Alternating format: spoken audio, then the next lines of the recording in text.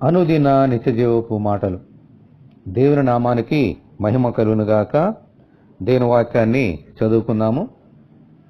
నీ ఆవరణములో ఒక దినము గడుపుట 1000 దినముల కంటే శ్రేష్టం. భక్తిహీనుల గుడారములలో నివసించుట కంటే నా దేవుని మందిర ద్వారమునొద్ద నుండుట నాకిష్టము. కీర్తనల గ్రంథము 84వ అధ్యాయము 10వ వచనం. మనుషులకు తమ సమయాన్ని గడపటానికి ఈ లోకంలో చాలా ప్రదేశాలు, స్థలాలు ఉన్నాయి. కానీ ఎక్కడ ఎంతసేపు గడిపినా అది మన దేవునితో అనుబంధాన్ని పెంచలేదు.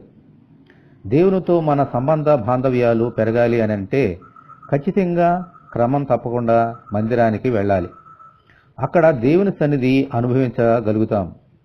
ఈ సత్యాన్ని గ్రహించిన వారు దేవుని మందిరంలోనే కాదు, కనీసం ఆయన మందిర ఆవరణములో గడిపినా, మందిర ద్వారబంధం వద్ద గడిపినా అది ఎంతో శ్రేష్టమైన అనుభవం అని తెలుసుకున్నారు.